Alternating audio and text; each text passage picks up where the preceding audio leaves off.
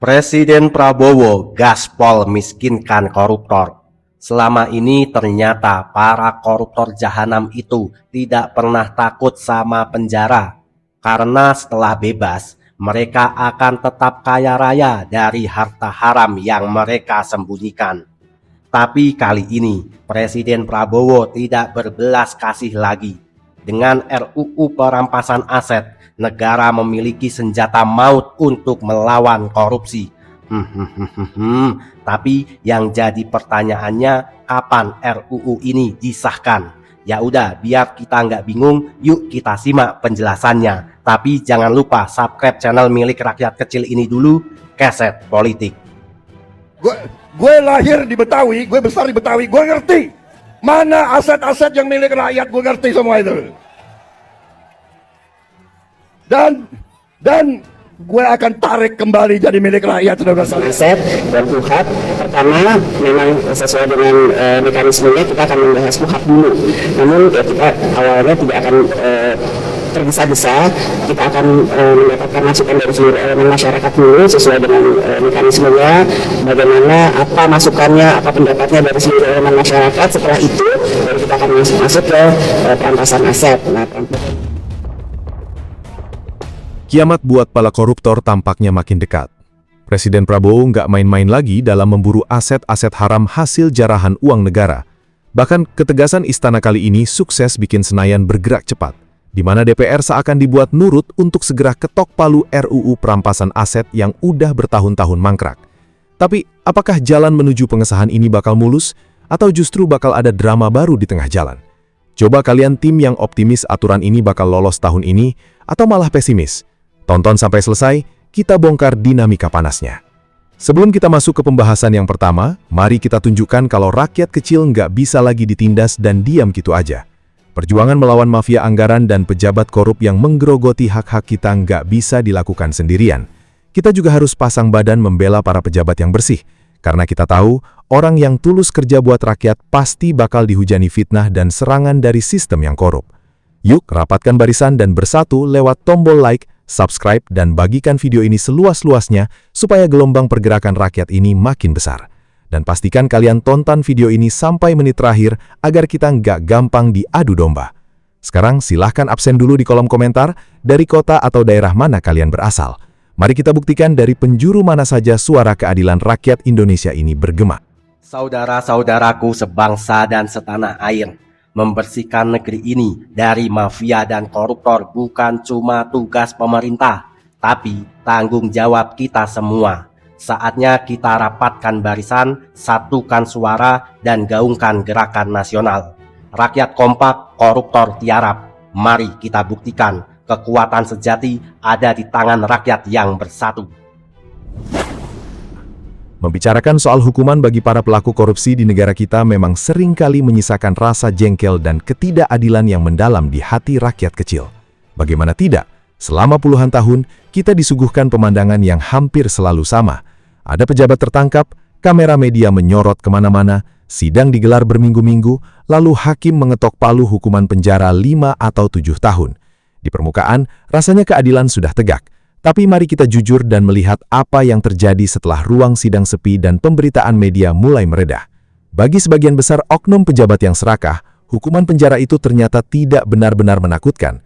Di dalam lembaga pemasyarakatan, bukan rahasia lagi kalau mereka sering kali mendapatkan fasilitas yang jauh lebih nyaman daripada kamar kos mahasiswa atau rumah petak rakyat kecil.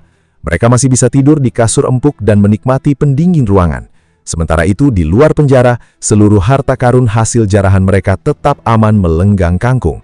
Rumah-rumah mewah diputar-balikan atas nama saudara sepupu, deretan mobil sport disembunyikan di garasi asisten pribadi, dan rekening bank di luar negeri terus mengalirkan bunga yang subur.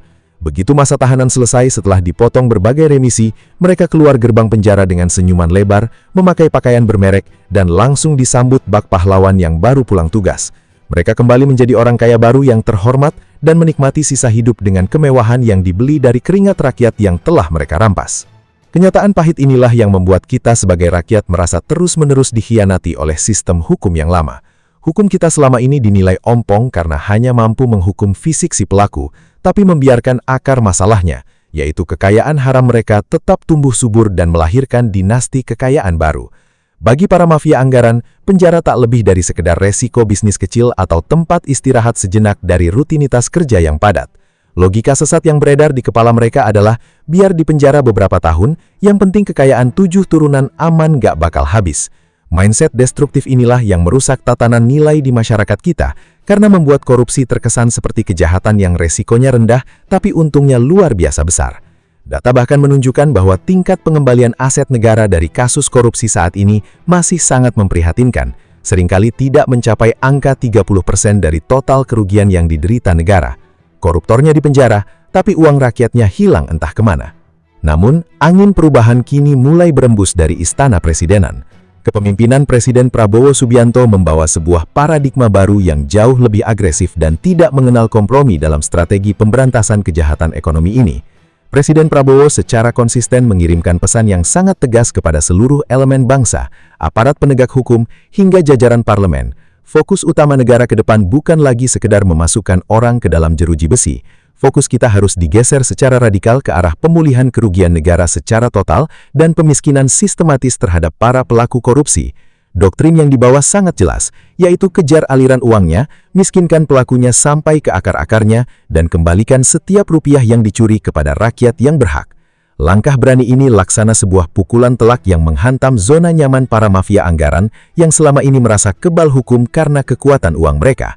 Tanpa adanya tindakan tegas untuk menguras habis isi rekening dan menyita aset properti mewah mereka, seluruh pidato berapi-api tentang pemberantasan korupsi hanya akan menjadi macan kertas yang tidak memiliki taring di lapangan. Negara tidak boleh lagi kalah cerdas dan kalah cepat dari para penjarah uang rakyat. Kita semua lelah melihat uang negara mengalir ke kantong para mafia anggaran. Saatnya kita hentikan lingkaran setan ini sekarang juga. Teman-teman, mari kita satukan kekuatan untuk mengawal dan mendukung pengesahan RUU perampasan aset demi masa depan bangsa. Tunjukkan solidaritas kalian, tulis pesan dukungan kalian di kolom komentar, teman-teman. Kalau sudah, yuk kita simak lagi. Untuk memotong urat nadi keuangan para mafia anggaran, negara kita tidak bisa lagi menggunakan cara-cara lama yang terbukti penuh dengan celah hukum. Disinilah pentingnya kita memahami cara kerja senjata rahasia baru yang sedang didorong penuh oleh pemerintah, yaitu mekanisme perampasan aset tanpa pemidanaan atau yang secara internasional dikenal sebagai Non-Conviction Based Asset Forfeiture. Konsep ini mungkin terdengar teknis di telinga orang awam, tetapi esensinya sebenarnya sangat sederhana dan mematikan bagi para pelaku kejahatan ekonomi. Selama puluhan tahun, sistem hukum tradisional yang kita warisi selalu berfokus pada orangnya. Artinya, jika ada seorang pejabat yang diduga menggarong uang rakyat, jaksa dan polisi harus bersusah payah membuktikan terlebih dahulu di pengadilan bahwa orang tersebut secara sah dan meyakinkan bersalah melakukan korupsi. Setelah orangnya divonis bersalah dan dijatuhi hukuman penjara, barulah aset-asetnya bisa ikut disita sebagai hukuman tambahan. Kedengarannya memang adil, tetapi dalam praktiknya, aturan lama ini seringkali dimanfaatkan dengan sangat cerdik oleh para koruptor modern yang memiliki pengacara-pengacara mahal. Koruptor zaman sekarang itu mirip seperti pesulap profesional. Begitu mereka berhasil menilep uang negara, uang tersebut tidak akan disimpan di bawah kasur atau rekening pribadi mereka sendiri. Uang hasil jarahan itu langsung dialihkan melalui labirin transaksi keuangan yang sangat rumit. Hari ini dikirim ke rekening pihak ketiga, besok dibelikan saham fiktif, lusa sudah berubah bentuk menjadi deretan rumah mewah atas nama asisten rumah tangga, sopir pribadi, atau kerabat jauh yang bahkan tidak tahu kalau nama mereka dicatat di dalam sertifikat tanah. Ketika si pejabat ditangkap, aparat penegak hukum seringkali kesulitan membuktikan hubungan langsung antara uang korupsi yang diterima dengan aset-aset mewah yang tersebar di mana-mana itu. Ujung-ujungnya, si pejabat memang masuk penjara, tetapi rumah dan mobil mewahnya tetap aman dinikmati keluarga, karena status hukumnya dianggap tidak terkait langsung dengan perkara yang didakwakan. Kebuntuan hukum inilah yang dihancurkan secara total oleh RUU perampasan aset. Senjata baru ini mengubah arah bidikan hukum secara radikal. Fokusnya bukan lagi mengejar orangnya, melainkan langsung mengejar, membekukan, dan merampas objek atau barangnya yang diduga kuat berasal dari tindak pidana. Melalui aturan ini, Negara diberikan kuasa penuh untuk langsung menggugat aset yang tidak wajar tersebut ke pengadilan, tanpa perlu menunggu pemiliknya divonis bersalah, atau bahkan tanpa perlu memenjarakan orangnya terlebih dahulu. Ketentuan ini menjadi momok yang sangat mengerikan, karena mengatasi masalah klasik yang sering membuat negara kita ompong. Sebagai contoh, apa yang terjadi jika ada seorang tersangka korupsi kelas kakap yang melarikan diri ke luar negeri ke negara yang tidak memiliki perjanjian ekstradisi dengan Indonesia? Atau bagaimana jika si pelaku tiba-tiba meninggal dunia sebelum proses persidangan dimulai?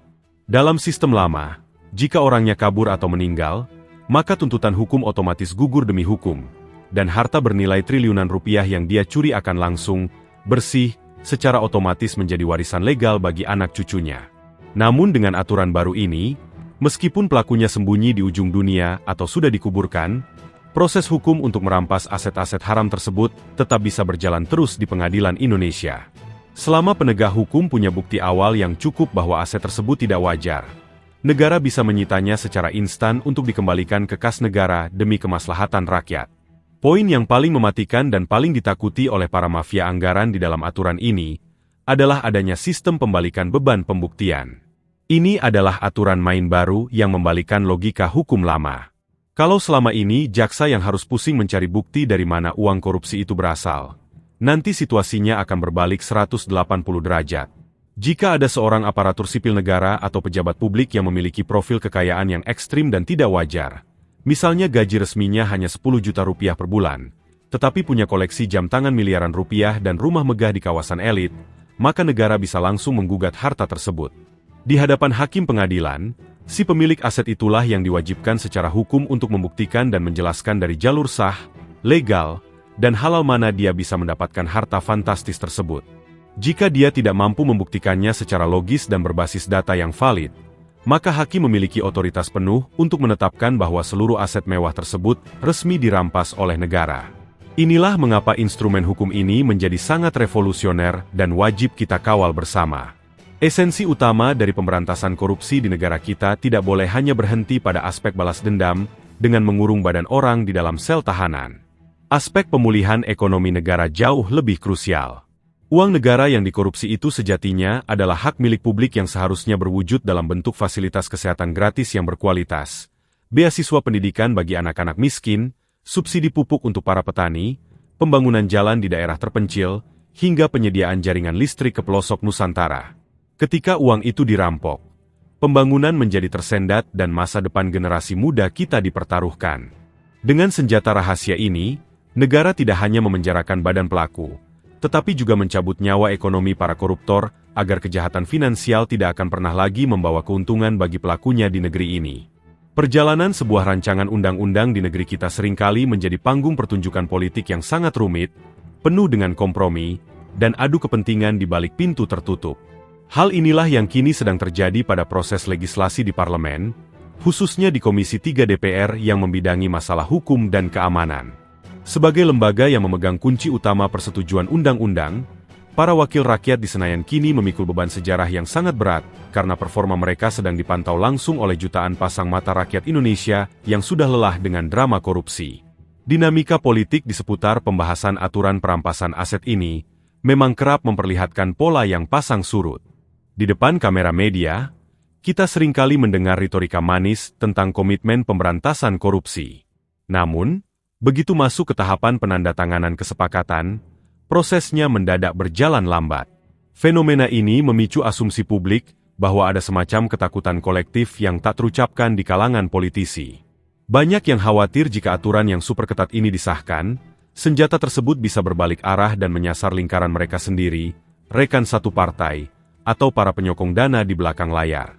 Ketakutan inilah yang selama bertahun-tahun disinyalir menjadi batu sandungan terbesar, membuat draft aturan ini keluar masuk dari daftar program legislasi nasional tanpa ada kejelasan ujungnya. Namun, peta politik ini mulai bergerak lebih dinamis seiring dengan desakan publik yang kian masif dan ketegasan dari pihak istana. DPR menegaskan bahwa aturan ini bukan ditolak, melainkan telah resmi dimasukkan ke dalam daftar prioritas pembahasan legislasi jangka pendek. Langkah ini mulai ditindaklanjuti dengan menggelar berbagai rapat dengar pendapat yang melibatkan para akademisi hukum, praktisi senior, hingga organisasi masyarakat sipil yang bergerak di bidang pemantauan korupsi. Masukan dari para ahli ini sangat penting untuk menemukan titik keseimbangan yang pas, yaitu bagaimana menciptakan sebuah undang-undang yang memiliki daya dobrak luar biasa kuat untuk memiskinkan koruptor, tetapi di sisi lain tetap menjamin perlindungan hak asasi manusia dan kepastian hukum agar tidak disalahgunakan di masa depan. Kekhawatiran yang wajar muncul adalah mengenai bagaimana memastikan instrumen hukum yang sangat perkasa ini tidak dijadikan alat politik oleh penguasa atau oknum aparat nakal untuk menekan lawan politik, atau merampas hak milik warga negara secara sewenang-wenang. Oleh karena itu, aturan ini dirancang wajib melalui mekanisme persidangan perdata khusus di pengadilan yang terbuka untuk umum. Prosesnya tidak boleh diputuskan sepihak di ruang tertutup oleh penyidik, dan pemilik aset tetap diberikan hak hukum yang seluas-luasnya untuk membela diri dengan membawa bukti-bukti tandingan yang sah. Selain itu, ada tantangan besar mengenai pengelolaan aset yang sudah disita. Pengalaman di masa lalu menunjukkan banyak aset korupsi seperti pabrik, hotel, atau perkebunan justru terbengkalai dan rusak karena salah urus selama proses hukum. Aturan baru ini pun harus mengatur secara ketat pembentukan lembaga pengelola aset yang profesional dan akuntabel, agar barang sitaan tersebut bisa segera dikonversi menjadi pemasukan real bagi kas negara. Di tengah panasnya pembahasan tersebut, ruang media sosial kita seringkali dipenuhi oleh narasi yang sangat bombastis dan cenderung menyudutkan pihak tertentu secara personal. Salah satu isu yang paling sering digoreng adalah tuduhan bahwa Ketua DPR, Puan Maharani, secara pribadi sengaja menolak aturan pemiskinan koruptor ini. Sebagai masyarakat yang cerdas, kita perlu melihat masalah ini berbasis data kronologis dan fakta hukum yang otentik. Sepanjang catatan resmi persidangan di parlemen, tidak pernah ada satupun pernyataan tertulis atau keputusan kelembagaan dari Ketua DPR yang menyatakan penolakan terhadap substansi aturan perampasan aset ini. Dalam sistem ketatanegaraan kita, DPR adalah lembaga yang bersifat kolektif kolegial. Ketua DPR bukanlah seorang presiden di parlemen yang bisa menentukan nasib sebuah undang-undang sendirian berdasarkan kehendak pribadinya. Setiap keputusan strategis harus diambil melalui rapat pimpinan dan badan musyawarah yang melibatkan perwakilan dari seluruh fraksi partai politik. Pernyataan-pernyataan yang disampaikan oleh pimpinan DPR di media, jika dilihat secara utuh, sebenarnya lebih menekankan pada aspek kehati-hatian agar undang-undang yang dihasilkan berstatus matang, implementatif, dan tidak terburu-buru akibat tekanan kepanikan publik sesaat. Kehati-hatian prosedural ini sangat krusial agar pasal-pasal di dalamnya tidak cacat hukum dan mudah dibatalkan di kemudian hari melalui uji materi di Mahkamah Konstitusi. Oleh karena itu, proses birokrasi yang kompleks ini jangan sampai dengan mudah dipelintir menjadi konten emosional di media sosial demi mendulang interaksi atau menyerang reputasi politik seseorang. Tugas kita sekarang sebagai rakyat kecil adalah mengawal ketat proses ini sampai selesai. Anggota legislatif harus sadar bahwa rekam jejak digital mereka dalam pembahasan aturan ini akan dicatat dengan tinta emas atau tinta hitam oleh sejarah. Rakyat tidak akan lupa siapa saja anggota dewan yang berbicara lantang mendukung pemiskinan koruptor, dan siapa saja yang bersembunyi di balik argumentasi teknis demi mengulur-ulur waktu. Dukungan penuh dari Presiden Prabowo kini menjadi ujian nyata bagi seluruh partai politik di parlemen. Apakah mereka bersedia berdiri bersama pemerintah dan rakyat untuk membersihkan negeri ini, atau justru memilih melindungi kepentingan kelompok tertentu yang khawatir harta kekayaannya yang tak wajar akan ikut tersapu oleh undang-undang baru yang perkasa ini? Kami, sebagai rakyat kecil Indonesia yang sehari-hari harus memeras keringat demi menyambung hidup, menaruh harapan yang teramat besar di pundak bapak-bapak dan ibu-ibu anggota Dewan Perwakilan Rakyat yang terhormat. Gelar, yang terhormat, yang melekat pada diri setiap anggota dewan bukanlah sekadar hiasan kata atau protokol formalitas belaka. Gelar itu adalah amanah luhur, sebuah mandat suci yang dititipkan oleh rakyat melalui bilik-bilik suara dengan harapan bahwa mereka yang duduk di kursi parlemen akan selalu menjadi benteng pertama dan utama yang berpihak kepada kepentingan rakyat kecil. Oleh karena itu, di tengah momentum perubahan bangsa yang sedang bergerak cepat ini, kami sangat berharap dan berdoa agar DPR benar-benar menepati janjinya untuk segera merancang, membahas, dan mengetok palu pengesahan RUU perampasan aset ini tanpa ada lagi penundaan. Aturan ini adalah kunci utama bagi keadilan ekonomi yang selama ini kami idam-idamkan. Di saat yang sama, kami juga ingin menegaskan dukungan yang solid dan tanpa ragu kepada Presiden Prabowo Subianto yang saat ini sedang gencar-gencarnya melakukan gerakan beres-beres negara. Langkah berani Presiden Prabowo dalam menumpas para koruptor dan memburu para mafia anggaran adalah angin segar yang mengembalikan optimisme kami. Sudah terlalu lama kami menyaksikan uang rakyat yang seharusnya berubah menjadi fasilitas kesehatan yang layak, sekolah yang bermutu, dan jembatan yang kokoh di desa-desa, justru habis dimaling oleh oknum-oknum penjahat ekonomi yang serakah. Kami berdiri tegak di belakang setiap kebijakan tegas pemerintah yang bertujuan untuk memotong urat nadi keuangan para koruptor dan mengembalikan setiap rupiah harta jarahan tersebut ke dalam kas negara demi kemakmuran publik. Perjuangan radikal ini membutuhkan keberanian luar biasa, dan kami ingin Presiden tahu bahwa rakyat kecil siap menjadi perisai dan pendukung setia di garis depan. Namun, perjuangan besar untuk membersihkan negeri ini dari cengkeraman korupsi tidak akan pernah bisa mencapai hasil yang maksimal jika energi bangsa ini habis untuk saling curiga, saling sikut, atau terjebak dalam konflik politik partisan yang melelahkan. Itulah mengapa kami, rakyat kecil, sangat merindukan melihat para elit politik, para pemimpin bangsa, dan seluruh ketua umum partai politik yang terhormat bisa duduk bersama, menurunkan ego kelompok, bersatu padu, dan berjalan beriringan untuk membangun negeri ini. Bayangkan betapa kuatnya bangsa Indonesia jika kekuatan ketegasan eksekutif di bawah Presiden Prabowo berpadu indah dengan komitmen legislasi yang progresif dari seluruh fraksi di parlemen. Persatuan para pemimpin adalah modal utama untuk membawa Indonesia keluar dari lingkaran setan korupsi dan melompat maju menjadi negara yang disegani di dunia. Kami ingin menegaskan satu hal penting. Di tengah banyaknya sinisme dan kritik yang berkembang di media sosial, kami sebagai rakyat kecil sebenarnya masih memiliki rasa percaya yang mendalam kepada DPR. Kami menolak untuk menjadi pesimis. Kami masih sangat percaya bahwa gedung DPR diisi oleh putra-putri terbaik bangsa, orang-orang pilihan yang memiliki tingkat keilmuan yang tinggi, integritas yang kokoh, serta moralitas yang luhur. Kami sangat mencintai DPR sebagai lembaga tinggi negara yang sah. Namun, cinta kami adalah cinta yang menuntut kejujuran dan kebersihan. Kami mencintai DPR yang benar-benar berfungsi sebagai penyambung lidah rakyat kecil, dewan yang jujur, bersih, dan tidak membiarkan dirinya disusupi oleh kepentingan oligarki hitam yang merusak tatanan bangsa. Rasa percaya ini adalah aset berharga yang kami titipkan. Dan kami sangat berharap DPR menjaga kepercayaan ini dengan bukti nyata berupa pengesahan undang-undang yang pro-rakyat. Oleh karena itu, dari lubuk hati yang paling dalam, kami mengetuk pintu hati yang jernih dari seluruh ketua umum partai politik, para pimpinan lembaga tinggi, dan seluruh pejabat yang terhormat di negeri ini. Hilangkanlah sekat-sekat perbedaan politik demi satu tujuan mulia, menyetujui disahkannya RUU Perampasan Aset. Jangan biarkan aturan ini dijegal atau diperlambat oleh perdebatan prosedur yang berbelit-belit. Tunjukkan kepada kami, rakyat yang telah memilih kalian, bahwa kalian adalah orang-orang besar yang memiliki rasa cinta yang tak terhingga kepada bangsa dan negara ini. Kami percaya, di balik panggung politik yang riuh, Bapak dan Ibu sekalian adalah para patriot yang tidak akan membiarkan masa depan anak cucu kita hancur, karena fondasi ekonomi negara digerogoti oleh rayap-rayap korupsi. Mari kita buktikan kepada dunia bahwa Indonesia mampu bertransformasi menjadi negara hukum sejati yang bersih dan berkeadilan. Pengesahan RUU Perampasan Aset ini akan menjadi pembuktian sejarah yang paling otentik bahwa para elit politik kita benar-benar mencintai tanah airnya di atas segala-galanya.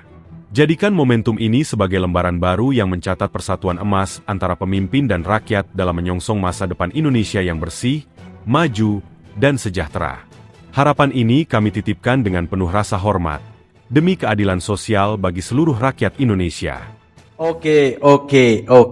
Teman-teman, terima kasih masih bersama Keset Politik. Teman-teman, setelah kita mendengarkan penjelasan dan harapan yang panjang tadi, gimana tanggapannya? Silakan tulis opini tajam kalian di kolom komentar. Tapi saya selalu mengingatkan, jangan mencaci maki siapapun, tunjukkan bahwa bangsa Indonesia adalah bangsa yang beradab, tidak mau diadu domba, tidak mau diprovokasi. Teman-teman, sekarang saatnya kita beropini, ngobrol cantik dengan kopi. Kita minum kopi dulu, teman-teman. Oke. Teman-teman, korupsi di negara kita sudah seperti penyakit yang parah yang tidak sembuh-sembuh. Selama berpuluh-puluh tahun, kita sering melihat pemandangan yang sama.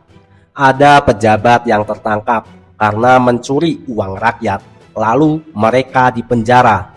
Namun anehnya, setelah bebas, mereka bisa langsung hidup mewah lagi. Mengapa? Karena uang hasil curian mereka masih aman dan tidak diambil kembali oleh negara. Hukuman penjara terbukti tidak membuat mereka kapok selama harta kekayaannya tidak disentuh. Hal ini teman-teman membuat kita sebagai rakyat kecil yang harus bekerja keras setiap hari demi menyambung hidup merasa sangat terluka dan tidak adil. Oleh karena itu teman-teman, kita wajib mendukung penuh ketegasan Presiden Prabowo yang saat ini sedang gencar menumpas para koruptor dan mafia anggaran.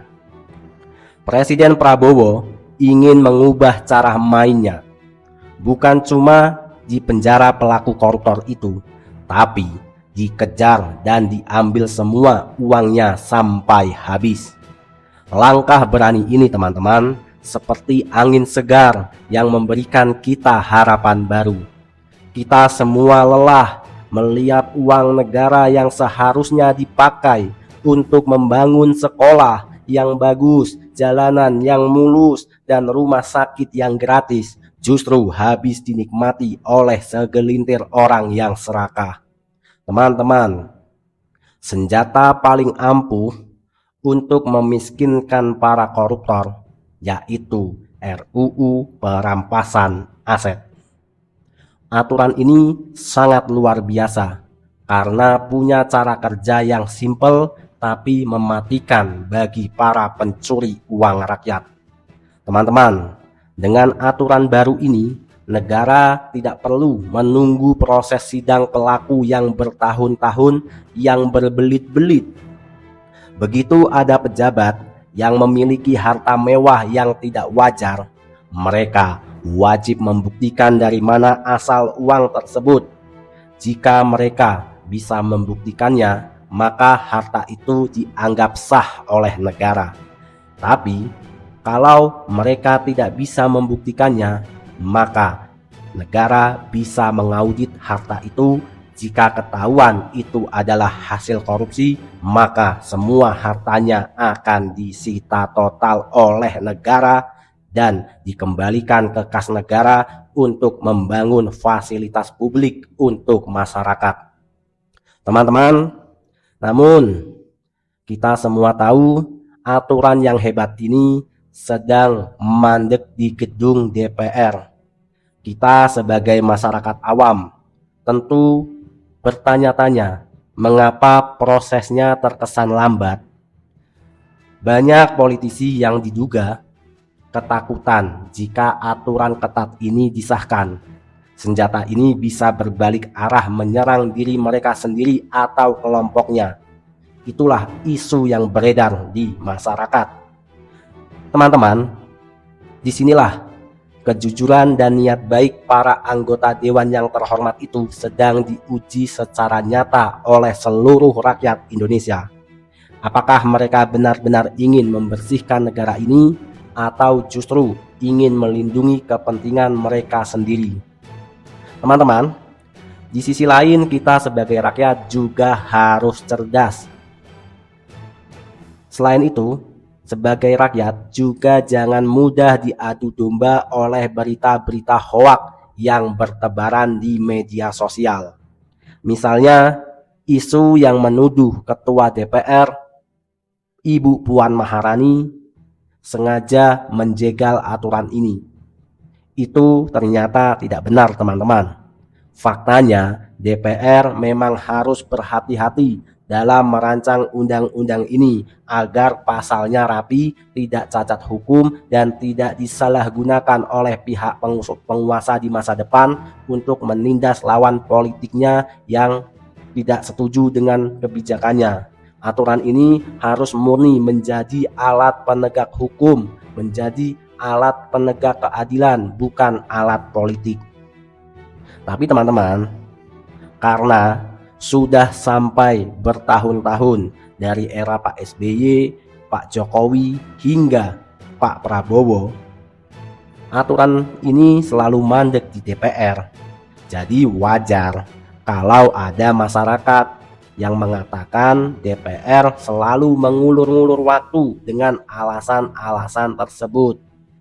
Jadi wajar kalau rakyat merasa hal demikian.